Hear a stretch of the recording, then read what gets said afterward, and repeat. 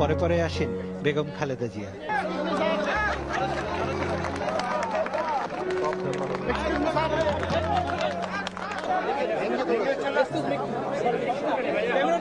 সাংবাদিকদের হাজারো প্রশ্ন, কেমন লাগলো, ভবিষ্যতে আবারও কথা বলবেন।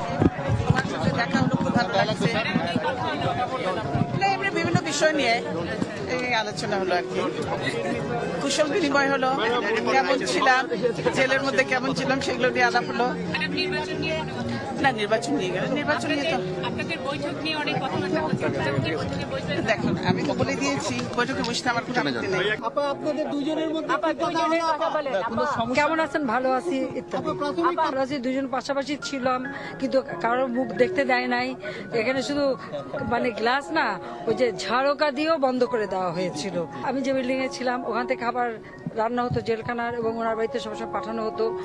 এই দুইটা টিফিনকে যেহেতু একটা আমার কাছে আসতো, একটা ওনার কাছে আসতো, এই নিয়ে আলোচনা। আবার বসবেন, আগে তো কথাই বলতেন না, এখন এটা ঠিক না যে কথা বলতাম না, এটা ভুল। তবে বাস্তব অবস্থাটাও আপনাদের বোঝা উচিত।